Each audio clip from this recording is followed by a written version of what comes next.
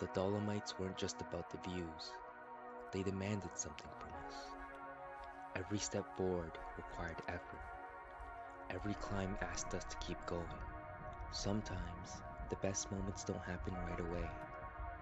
They ask for patience, they ask for perseverance, and they ask you to trust that what's waiting on the other side will be worth it. A view that made every early morning, every sore leg, and every step along the way worth it.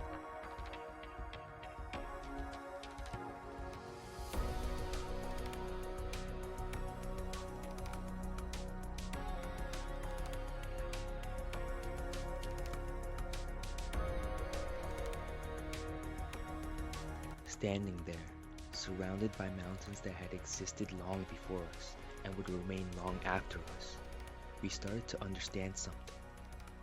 The moments that move us most aren't always the easiest ones. They're the ones we earn.